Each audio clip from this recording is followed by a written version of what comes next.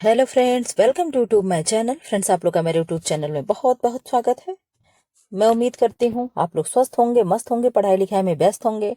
पढ़ाई लिखाई में आप लोग अपना जी जान झोंक दें, करो या मरो। या तो नौकरी पा करके रहेंगे या तो फिर तैयारी ही भविष्य में छोड़ देंगे। ठीक है, इस पर्पज से तैयारी मान करके चलिए। एलटी ग्रेड का आप लोगों ने देखा, सब कुछ आ गया, वैकेंसी आ गई। ये चूंकि वीडियो बहुत मैं लेट अपलोड कर रही हूँ, आप लोग को 2 या 3 दिन बाद मिलेगा, लेकिन फिर भी खैर कोई बात नहीं है। मैं सोच रही हूँ अलग से आप लोगों को एक दिन एलटी के बारे में मैं बता दूं। चलिए, इस वीडियो में ना बता करके मैं अभी देखती हूँ, कभी भी मैं कुछ बता देती हूँ। ठीक, अभी ये वीडियो आप लोग का 2-3 दिन बाद अपलोड होगा, इसलिए इसमें मैं कुछ कहना उचित नहीं समझ रही। छोड़िए, जाने दीजिए। हम लोग क्या पढ़ रहे हैं? हम लोग चाइल्ड डेवलपमेंट पढ़ रहे हैं। इसमें धीरे धीरे हम लोग शाम को 5 बजे वीडियो अपलोड हो रहा है। जो लोग देखना चाहे रेगुलर जुड़ करके देख सकते हैं। ठीक है, इसका अलग से मैं चाइल्ड डेवलपमेंट करके मैं एक प्लेलिस्ट बना दूंगी, उसमें सारे वीडियो अपलोड कर दूंगी। आप लोग स्टेप बाय स्टेप देखते रहिएगा। ठीक है, ये चीजें स्टेप बाय स्टेप चल रही हैं। ठीक, एक एक पेज हम लोग पढ़ रहे हैं, ये नहीं कि कूद कूद करके वीडियो आ रहा है। तो आप लोग कंटिन्यू क्लास में बने रहें और पढ़ते रहें। ये थ्योरी क्लास है। ठीक है, खेल के प्रकार। हाँ, और जो लोग नए लोग हैं, ऐसे वीडियो पाने के लिए, तैयारी करने के लिए मेरे चैनल को सब्सक्राइब कर लें, बेल आइकन को प्रेस कर लें, ताकि नोटिफिकेशन आपके पास पहुंचता रहे जब वीडियो अपलोड हो। तो सुबह 10 बजे 10:40 पे प्रीमियर चलता है, वहां पे डेली टेस्ट सीरीज कराया जाता है। वहां पे आकर के आप लोग अपना देखें, वहां पे बहुत अच्छे अच्छे क्वेश्चन कराए जाते हैं। ठीक है, तो आप लोग जान लिए क्या करना है, क्या इस चैनल पे होता है, इसका उद्देश्य क्या है। अब यहाँ पे हम लोग अपनी तैयारी करते हैं, तैयारी शुरू कर दें। क्या है? खेल के प्रकार, जिसमें ऊपर हम लोग पढ़े, इसमें वैयक्तिक खेल है। वैयक्तिक खेल में क्या आता है? बालक का अपने ही शरीर से खेल होता है। बालक क्या करता है? अपने ही शरीर से खेलता है। कैसे खेलता है? बालक का प्रथम खेल अपने शरीर से ही होता है। उसे अपने चलने फिरने और हाथ पैर हिलाने डुलाने की क्रिया में सहज आनंद आता है। हम बालक को उछलते कूदते देखते हैं, ऊपर चढ़ते उतरते, नाचते, झूला झूलते या चिल्लाते देखते हैं। ठीक है, इधर आ जाइए आप लोग। पदार्थों से खेलना, यानी बालक जब पदार्थ से खेल रहा है, जब बालक का शारीरिक और मानसिक विकास होता है, संसार के विषय में ज्ञान बढ़ता है, तब बच्चा जन्म के बाद अपने शरीर को ही खिलौना बनाकर खेलता है। कभी हाथों को ही फेंकता है, कभी पैरों को फेंक कर आनंदित होता है, तो कभी पैर के उंगली अंगूठे को हाथ में पकड़कर मुंह में रखने की कोशिश करता है। ये आप लोग देखे होंगे, सहज क्रिया है बच्चों को। अक्सर ये चीजें देखती रहती। बच्चा लेटा रहेगा, अपने पैर की उंगली पकड़ के मुंह में डाल के करता रहता है। ठीक, फिर क्या है? ध्वंसात्मक खेल क्या होगा? बालक की ध्वंसात्मक प्रवृत्ति से हम लोग भली भांति परिचित हैं। ध्वंसात्मक प्रवृत्ति बच्चों की मूल प्रवृत्ति है। ठीक है, रचनात्मक खेल क्या होगा? ध्वंसात्मक और रचनात्मक खेलों में आंतरिक एकता है। दोनों में पदार्थ के रूप, स्थिति व स्थान में परिवर्तन किया जाता है। स्टोन के अनुसार लड़कियों की अपेक्षा लड़कों में रचनात्मक प्रवृत्ति अधिक होती है। किसमें? लड़कों में रचनात्मक प्रवृत्ति अधिक होती है। अनुकरणात्मक खेल क्या होता है? बच्चों में अनुकरण करने की प्रवृत्ति तीव्र होती है, इसलिए बच्चों के प्रारंभिक खेल केवल दूसरे के अनुकरण मात्र होते हैं। बच्चों के रचनात्मक खेलों में भी अनुकरण का पर्याप्त भाग रहता है। ऐसा देखा गया है कि लड़कों की अपेक्षा लड़कियों के खेल में अनुकरण की मात्रा अधिक होती है, यानी लड़कियां नकल अधिक करती हैं। ठीक है, अनुकरण। आविष्कार खेल। आविष्कार खेल क्या होगा? आविष्कार खेल में बच्चा नई नई बातों का आविष्कार करता है। यदि एक बच्चा मिट्टी का बैल बनाता है, तो बैल को देखकर दूसरा बच्चा भी बैल बनाता है। इसे क्या हो गया? अनुकरण खेल कहते हैं। ठीक, आविष्कार खेल कहते हैं। ठीक, तो वह अनुकरणात्मक खेल हुआ है। अच्छा अच्छा अच्छा, यानी अगर चीजें वो देख करके दूसरे का बना रहा है तो नकल, यानी अनुकरणात्मक खेल हुआ। हम ये सही बता रहे थे। सामूहिक खेल यानी ग्रुप खेल क्या होगा? ग्रुप प्ले क्या होगा? तो बालक के प्रथम सामूहिक खेल अपनी बराबरी वाले बालकों के साथ नहीं होते हैं, वे वयस्कों से खेलते हैं। जैसे जैसे उसकी आयु बढ़ती जाती है, वह वयस्क लोगों के साथ खेलना पसंद नहीं करते हैं। ठीक है, छोटा होता है तो बड़, कैसे आप लोग देखते हो ना, कहते हैं मम्मी चलो मेरे साथ खेलो, बुआ चलो खेलो, दादी खेलो। ठीक है, तो ये वाली बात आती है। और जैसे बच्चे बड़े हो जाते, फिर आप उनको कहो आओ बेटा खेलो, कहते हैं मैं आपके साथ नहीं खेलूंगा, आप तो बहुत बड़ी हैं मुझसे, मैं अपने दोस्तों के साथ खेलूंगा। ठीक है, फिर ये वाली भावना आ जाती है। अब वो अपनी बराबरी वालों के साथ खेलना अधिक पसंद करता है। सामूहिक खेलों के प्रकार क्या है? Types of group play. सामूहिक खेल 2 प्रकार के होते हैं, अनुकरणात्मक और विचारात्मक। अनुकरणात्मक खेल की व्याख्या पहले हो चुकी है। विचारात्मक सामूहिक खेल क्या है? विचारात्मक सामूहिक खेल 2 प्रकार के होते हैं, एक सह खेल और दूसरा प्रति खेल होता है। सह खेल में क्या होगा? सह खेल में बच्चे दूसरे की नकल नहीं करते हैं, बल्कि उनके पार्ट के अनुसार काम करते हैं। जैसे मैं घर बना रहा हूं तो तुम यहाँ की दीवारें बना दो, मैं यहाँ की बना दूंगा, ठीक है। लेकिन क्या है, वो एक दूसरे की नकल नहीं करते हैं, बराबरी में काम करते हैं, ठीक है। और इधर आ जाए आप लोग, प्रतिखेल क्या होगा। अच्छा, अभी उसी के बारे में दे रहा हूँ, सॉरी। इससे उसकी आविष्कारक बुद्धि बढ़ती है। यह खेल बच्चे 5 से 6 वर्ष तक नहीं खेल पाते, उनकी कल्पना तब तक उतनी प्रखर नहीं हो पाती है। अब प्रतिखेल क्या होगा। यह सह खेल से कठिन होता है। इसमें बच्चे को अपने दल के साथ ही मिलकर खेलना होता है। प्रतिखेल में बच्चे को यह भी विचार करना पड़ता है कि वह अपने विरोधी के साथ कैसा बर्ताव करे। इस खेल में बच्चा अपने कार्य में अपने दल की जीत चाहता और विरोधी दल की हार। ऐसे खेलों में तीक्ष्ण बुद्धि की आवश्यकता होती है। खेल को प्रभावित करने वाले तत्व यानी फैक्टर इफेक्टिंग प्लेइंग क्या होगा। स्वास्थ्य शिक्षा, शारीरिक स्वास्थ्य, उम्र, क्रियात्मक विकास, लिंग भिन्नता यानी सेक्स डिफरेंस, बौद्धिक विकास यानी इंटेलेक्चुअल डेवलपमेंट, मौसम यानी वेदर, अवकाश की अवधि का परिणाम, अमाउंट ऑफ लेजर, खेल के साधन, प्ले मटेरियल, सामाजिक तथा आर्थिक स्थिति, सोशल इकोनॉमिक्स स्टेटस, खेल के साथी, प्लेमेट, परंपरा, ट्रेडिशनल, वातावरण, इन्वायरमेंट, ये सब क्या हैं। ये क्या थे, खेल को प्रभावित करने वाले कारक हैं, ठीक है। मौसम खराब रहेगा तो कैसे बच्चे खेलेंगे, ये सारी चीजें क्या उन्हें इफेक्ट करेंगी, प्रभावित करेंगी। खेल कूद के मैदान व पार्क सार्वजनिक सुविधा होती है, आप लोग जानते हो। परिवार के बाद समाजीकरण की दूसरी महत्वपूर्ण संस्था खेल समूह ही है। अनेक खेलने वाले खेलों को समानांतर खेल कहते हैं। विशिष्टात्मक समस्यात्मक बालक, प्रोबेलेटिक चाइल्ड, यदि बालक का व्यवहार अपनी विकासात्मक अवस्था में अनुरूप नहीं होता है तो वह सामान्य नहीं माना जाता है, उसे समस्या की श्रेणी में रखा जाता है।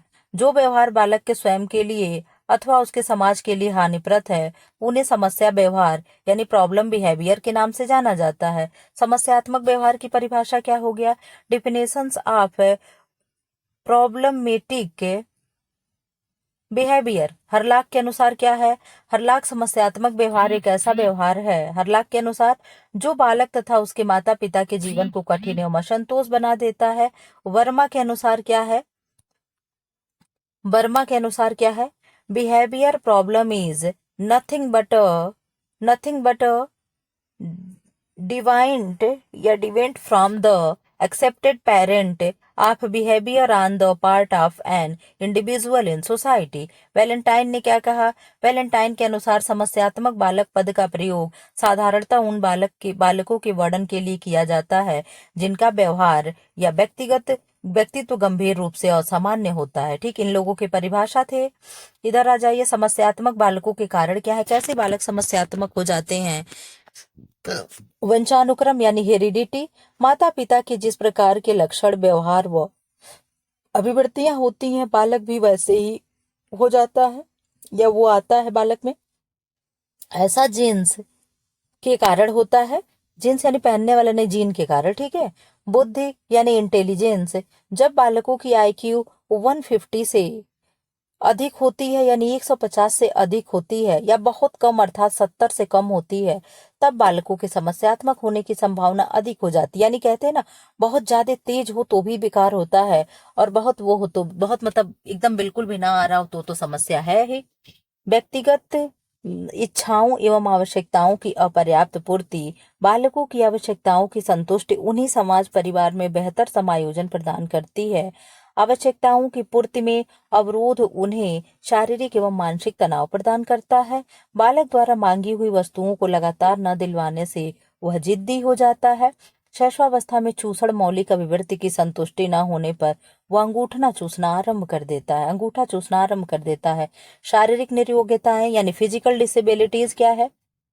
शारीरिक कमियां तथा अकुशलताएं भी बालक में व्यवहारात्मक समस्याएं उत्पन्न करती हैं। परिणाम स्वरूप उनके व्यवहार सामान्य नहीं रह पाते। शारीरिक निर्योग्यताएं बालकों में संवेगात्मक असुरक्षा तथा असंतुलन उत्पन्न करती है। अभिभावक अभिवृत्तियां यानी पेरेंटल एटीट्यूड, अभिभावकों की अभिवृत्तियां भी बालकों में व्यवहारात्मक समस्याएं उत्पन्न करती हैं। अति संरक्षित बालक उग्र स्वार्थी गैर जिम्मेदार तथा बचकानी हरकत करने वाले होते हैं। उनमें प्रायः समायोजन की अभिवृत्ति नहीं पाई जाती है। तिरस्कृत बालकों में सुरक्षा की भावना का अभाव पाया जाता है। बाल पोषण की विधियां चाइल्ड रियरिंग प्रैक्टिस हाँ ठीक। बाल पोषण की विधियां भी बालक के व्यवहार को प्रभावित करती हैं। सामान्यतः माता पिता 3 प्रकार की पालन पोषण की पद्धति अपनाते हैं। सत्तावादी, जिसे क्या कहते हैं, इसे पढ़ने में बहुत वो हो रहा है, क्या है, अथॉरिटेरियन, ठीक है, छूट वाली प्रकृति जिसे परमेसिव कहते हैं, असंबद्ध जिसे यूनिनोवेल्ड कहते हैं, आधिकारिक जिसे क्या कहेंगे, अथॉरिटेटिव कहेंगे। एक अथॉरिटेरियन होता है, एक अथॉरिटेटिव होता है। तो सत्तावादी क्या है, इसमें आगे दिया होगा, चाहे नहीं दिया विस्तार से। इसमें क्या होता है, एक में बच्चे को एकदम छूट दे दिया जाता है, सत्ता आधिकारिक में बिल्कुल भी बच्चे की सुनी नहीं जाती है, नहीं, आधिकारिक में साथ अथॉरिटेरियन अथॉरिटेटिव, मैं कंफ्यूज हूँ, ठीक है। अथॉरिटेरियन पता नहीं किस में होता, आप लोग कंफर्म करके बताइए। मैं बता रही हूँ कि एक में होता है कि बच्चे की बातें मानी जाती है, जो बच्चा कहता है, और एक में ऐसा होता है कि पेरेंट्स बिल्कुल भी बच्चे की नहीं सुनते, केवल अपनी ही चलाते हैं। तो शायद ये सत्तावादी में होता है क्या, मैं यहाँ पे कंफ्यूज हूँ। आप लोग मुझे कंफर्म कर लीजिएगा, अपना पढ़ लीजिएगा। अगर कंफ्यूजन में मैं हूँ तो बहुत ज्यादा मैं डिस्क्राइब नहीं करूंगी, ठीक है। इधर आ जाइए आप। बालक में डर आत्मसुरक्षा की भावना की कमी उत्पन्न करती है। दब्बूपन की प्रवृत्ति छूट वाली पालन पोषण पद्धति का परिणाम है। यानी बच्चा अगर दब्बूपन है तो यहाँ पे पालन पोषण की पद्धति का परिणाम है, ठीक है। पारिवारिक वातावरण बालकों को सुरक्षा, संस्कार, नैतिक अनैतिक का भेद प्रदान करते हैं, जो बालकों के व्यवहार रूप में उतरकर उनके व्यक्तित्व में समा जाते हैं, ठीक है। इधर आ जाइए आप लोग।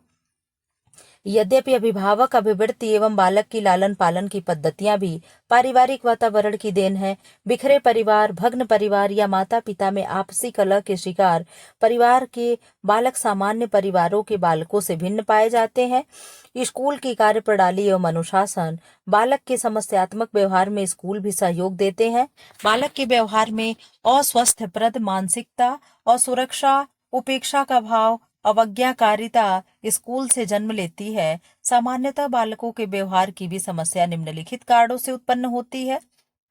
बालकों की व्यक्तिगत विभिन्नता को स्कूलों में ध्यान नहीं दिया जाता है। एक कक्षा में विभिन्न अभिवृत्तियों, आय एवं बुद्धि वाले कारकों के लिए एक समान मापदंड एवं स्तर अपनाए जाते हैं। सामान्य से अधिक एवं कम योग्यता वाले बालक कक्षा में रुचि नहीं रखते तथा उस दौरान कोई समस्यात्मक रुख अपना लेते हैं। जैसे पढ़ाया जा रहा हो क्लास में, सब बच्चे हैं, सबसे अगर आप क्वेश्चन कर रहे हो, जो बच्चा पढ़ने में कमजोर होता है तो अक्सर ये कहता है कि मैं, मेरे सिर में दर्द हो रहा है, पैर में, पेट में दर्द हो रहा है। ये हम लोग खुद फेस करते हैं, ठीक है। बच्चा जिसको पढ़ने नहीं आता है ऐसे तो क्लास में बहुत अच्छे से रहेगा, लेकिन जब आप कोई भी चीज पूछने की बारी आएगी या टेस्ट देने की बारी आएगी तो वहां पे बच्चा एक से एक नौटंकी करता है, एक से एक बहाने करेगा। मेरे पेट में दर्द हो रहा है, मेरे पैर में दर्द हो रहा है, सिर में दर्द हो रहा है, ये तमाम चीजें की बहानेबाजियां उसकी चलती रहती हैं, ठीक है। विद्यालय का अति कठोर अनुशासन बालकों में भय, आत्मविश्वास की कमी उत्पन्न करता है। आप लोग भी पढ़े होंगे, देखे होंगे, कोई टीचर है, कोई टीचर रहा होगा आप लोग के साथ में भी, कि जो भी आप अपने मन की बात कहो, कुछ भी पूछने जाओ तो डांट देता है। इससे बच्चा डर जाता है, फिर दोबारा भविष्य में उनसे डरता है और क्वेश्चन पूछने की हिम्मत नहीं कर पाता है। तो ऐसे भी बच्चे को नहीं डरा के रखना चाहिए। बच्चे को इतना छूट भी नहीं देना चाहिए कि बच्चे सिर पे बैठ जाएं, लेकिन बच्चे को बिल्कुल डरा करके भी नहीं रखना चाहिए कि पढ़ने लिखने से चीजें, तुम कोई भी चीजों पूछ सकते हो, इसके लिए तुम्हें पूर्णता आजादी है, ऐसे करके बच्चों को रखना चाहिए। कक्षा में आप लोग कल के लिए टीचर होने जा रहे हैं तो ये सब आप लोगों के लिए भी चीजें होती हैं कि इतने ना बच्चे को डरा दो कि बच्चा बिल्कुल भी भय के मारे आपसे कुछ भी ना पूछ पाए। तो ये चीजें आपके अंदर नहीं होनी चाहिए। आप एक बेस्ट टीचर बनेंगे, मैं जानती हूँ, ठीक है। अपमानित करना व मानना बालक में हीनता का बोध उत्पन्न करता है। बच्चों को क्लास में किसी के भी सामने, बच्चों के सामने नहीं डांटना चाहिए, क्योंकि और बच्चे उसे चिढ़ाने लगते हैं। उसे मारना नहीं चाहिए, उससे हीनता उत्पन्न होती है। खैर, अब तो मारने डांटने पे सरकार ने भी पाबंदी लगा रखी है, हम लोग चाह के भी नहीं मार सकते हैं, ठीक है। सामाजिक वातावरण यानी सोशल एनवायरनमेंट क्या है? बालक के आसपास का सामाजिक वातावरण दूषित है तो बालक के समस्यात्मक होने की प्रबल संभावना होती है। यानी जैसे लोग उसके इर्द गिर्द रहेंगे उस तरीके की चीजें वो सीखेगा। अगर आप पढ़ रहे हो लाइब्रेरी में, बच्चे आजकल जाकर के पढ़ते हैं। लाइब्रेरी क्यों है भाई? आप अपने घर में लाइब्रेरी का माहौल दो। लेकिन नहीं, आप अपने घर में केवल आपका बच्चा पढ़ेगा, आप उसके साथ नहीं पढ़ोगे। लेकिन लाइब्रेरी में 10 बच्चे पढ़ रहे हैं, उनको देख करके वो बच्चा प्रेरित होगा, मोटिवेट होगा, तब वो अच्छे से तैयारी करता है। इसीलिए लाइब्रेरी आजकल क्या है, बहुत ही तेजी से ट्रेंड में चल रही है। ठीक है, तो क्या होगा? अगर समाज में अनैतिकता है, जातिगत भेदभाव है, भ्रष्टाचार जैसे दुर्गुण उपस्थिति हो तो वहां के बालकों के में समस्यात्मक व्यवहार होने की संभावना बढ़ जाती है। फिल्में वर्तमान समय में बालकों के व्यवहार को समस्यात्मक बनाने में फिल्मों का भी महत्वपूर्ण योगदान है। यानी टीवी वगैरह वाली चीजें हमेशा से ही बच्चों पे प्रभाव डालती रही हैं। और ये चीजें, आज तो खैर मोबाइल हो गया, घर घर मोबाइल है, ये चीजें क्या है और भी थोड़ी सी वो है। लेकिन बच्चों का स्क्रीन टाइम सेट करना चाहिए कि इतने से इतने टाइम आपका, इतने से इतने बजे 1 घंटा, पूरे 24 घंटे में आपका स्क्रीन टाइम है। ठीक है, और उस पर आप नजर बनाए रखें कि बच्चा आपका कर क्या रहा है। बहुत अच्छी पेरेंटिंग स्टाइल हो तो बच्चा कहीं भी नहीं बिगड़ेगा। आप अपने बच्चों पे भरोसा रखें, बच्चा आपसे इतना फ्रेंडली हो कि जो भी उसे दिक्कत प्रॉब्लम हो आपसे बोल सके। ठीक है। गलत मित्र यानी बैड कंपेनियंस, कई बार बालक के मित्रों का गलत व्यवहार भी प्रभावित करता है।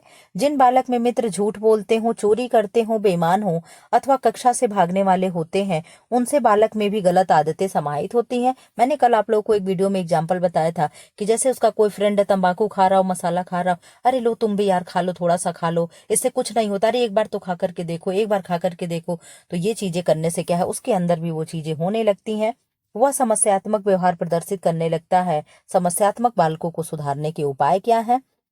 उचित मार्गदर्शन देकर के, प्रॉपर कंसोलेशन करा करके। कैसे करेंगे? बालक को उसकी आयु तथा बुद्धि के अनुसार समझना चाहिए। यदि बालकों को कम उम्र में ही किसी व्यवहार को न करने की सलाह दी जाए तो वह उस समस्या व्यवहार को शीघ्र ही छोड़ देता है। यानी छोटे समय में बच्चा जब समझने के उसमें नहीं है, माता पिता को ही देना चाहिए।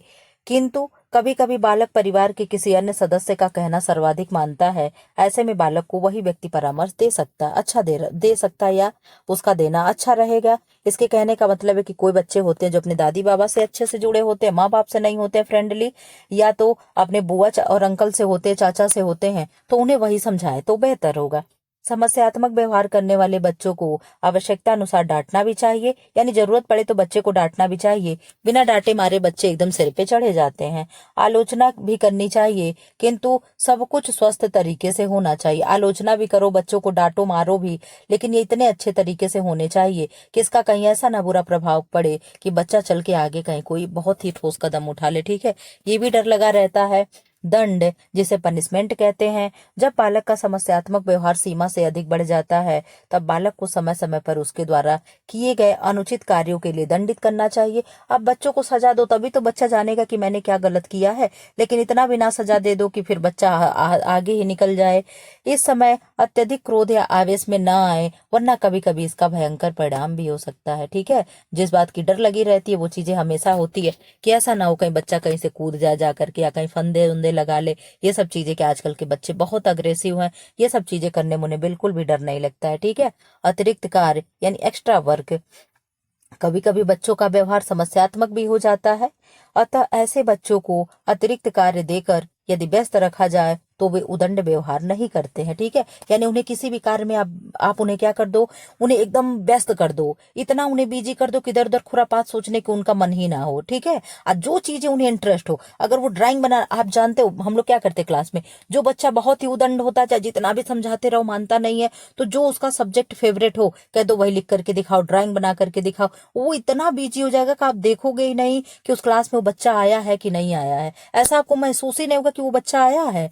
ऐसे चीजें किया जाता है। तो यही यहाँ पे कहा जा रहा है, कोई भी अतिरिक्त कार्य देने में इस बात को ध्यान रखना चाहिए कि वह कार्य उनकी रुचि का हो। मैंने कहा ना कि उनका इंटरेस्ट आप देखो, आप पहले इस बच्चे को समझ लो कि इस बच्चा का मन किस में लग रहा है। ड्राइंग बनाने में लग रहा है, ठीक है बेटा तुम ड्राइंग बनाओ, सारे बच्चे कोई और पढ़ रहे हैं लेकिन तुम ड्राइंग बनाओ। ठीक है, तो इससे क्या होगा, बच्चा इतना बिजी हो जाएगा कि पूरे क्लास का माहौल ही बिल्कुल एकदम शांत हो जाएगा। ठीक है, बट उसका इंटरेस्ट आपको जरूर ध्यान में रखना है। आप कल को भावी टीचर हैं, कल के आप लोगों को ये सारी चीजें बहुत अच्छे से आना चाहिए कि किस बच्चे को किस प्रकार से हम हैंडल करेंगे कि क्लास में उत्पात कम होगा या बच्चे आपस में लड़ाई झगड़ा नहीं करेंगे और सब शांति से पढ़ाई लिखाई करेंगे। ठीक है। अध्यापकों से संपर्क, कॉन्टेक्ट विद टीचर्स। समस्यात्मक बालकों के व्यवहार में सुधार लाने के लिए यह आवश्यक है कि बालक के अभिभावक शिक्षकों से समय समय पर मिलते रहें, उनसे अपने बच्चे के व्यवहार में सुधार के लिए पूछते रहें कि बच्चा मेरा अब कैसा है, पढ़ने में ठीक ठाक है कि नहीं है, बदमाशी तो नहीं करता है। ये सारी चीजें क्या है, पेरेंट्स को टीचर से क्या है कांटेक्ट करके रखना चाहिए। इससे बच्चे के अंदर भी भय बना रहता है कि टीचर कोई भी बात होगी स्कूल की तो मम्मी से कह देगी, घर पे मैं कोई बदतमीजी करूंगा तो मम्मी टीचर से कह देगी। तो ये सारी चीजें क्या है, और बच्चा जाने कि हाँ आपके कि मेरे माता पिता टीचर से मिलते रहते हैं। अगर बच्चा नहीं जानेगा तो बहुत ज्यादा इफेक्टिव नहीं होगा। ठीक है। स्कूल की भूमिका क्या है, रोल ऑफ स्कूल क्या है। स्कूल में अनुशासन के साथ साथ मनोरंजन की समुचित व्यवस्था होना भी आवश्यक है। बच्चे विशेषकर लड़के स्कूल के बाहर मनोरंजन के साधन खोजते हैं, सस्ते किस्म के मनोरंजनों तथा बुरी संगत में पड़कर समस्यात्मक बन जाते हैं। ठीक है। अतः बालकों को समस्यात्मक बनने से रोकने के लिए शिक्षा के प्रति उनका रुचि बनाए रखना चाहिए। स्कूल में अच्छे खेलों, सांस्कृतिक कार्यक्रमों आदि में भाग लेना चाहिए। उचित मार्गदर्शन क्या है, गाइडेंस कैसे करेंगे। जो बालक समस्यात्मक व्यवहार से ग्रस्त है उनका परिवार तथा स्कूल में मार्गदर्शन करते रहना चाहिए। व्यक्तिगत, शैक्षिक तथा व्यावसायिक निर्देशन आवश्यकता अनुसार देना चाहिए। अब इधर क्या है, नंबर 8वां, बालकों में उत्तरदायित्व की भावना का विकास, development of feeling of responsibility in the child. यदि बालक में उत्तरदायित्व की भावना का विकास किया जाए तो उसका समस्यात्मक व्यवहार धीरे धीरे कम हो सकता है। प्रायः उत्तरदायित्व के अभाव में बालक व्यर्थ ही भटकता रहता है। यदि उन्हें कुछ उत्तरदायित्व सौंप दिए जाए तो उनमें उत्साह की भावना का संचार होने लगता है। वे स्वयं को उपयोगी एवं विशिष्ट समझने लगते हैं। उनमें बड़े का एहसास जागृत होता है और इस प्रकार वे समस्यात्मक व्यवहार को स्वयं ही त्याग देने लगते हैं। ठीक, या त्याग देने। नैतिक शिक्षा यानी मोरल एजुकेशन। बालकों में समस्यात्मक व्यवहार को सुधारने के लिए नैतिक शिक्षा का भी सहारा लिया जा सकता है। बालकों को जब चरित्रवान व्यक्तियों के जीवन वृत्त के बारे में बताया जाएगा तो वे निश्चित ही बालक के व्यवहार में परिवर्तन आएगा। आप लोग देखते हो छोटे बच्चों में 1 से लेकर के 8 तक, 1 से नहीं 6 से 8 तक के बुक में आजकल उनका बुक एक दिया होता है, महान व्यक्तित्व। ठीक है। उनमें क्या है, गांधी जी, सुभाष चंद्र बोस और भगत जी और ये कौन है, एपीजे अब्दुल कलाम, ऐसे तमाम चीजों को मतलब पढ़ाया गया। उसमें एकलव्य, ये सारी चीजें व्यक्तित्व के मतलब बच्चा पढ़े कि ये कैसे थे, क्या हुए, कैसे हुए, ये सारी चीजें क्या उस बुक का नाम ही है कि महान व्यक्तित्व। ठीक है। तो वो बच्चे पढ़ करके वो सारी चीजें क्या है सीखते हैं और बच्चे चरित्रवान बनते हैं। ठीक है। इससे बालकों में उच्च आदर्शों का निर्माण होता है तथा वे अनैतिक आचरण करने से बच जाते हैं। आई थिंक आप लोग का यही मैं फोटो खींच कर रखी थी, देखे जरा।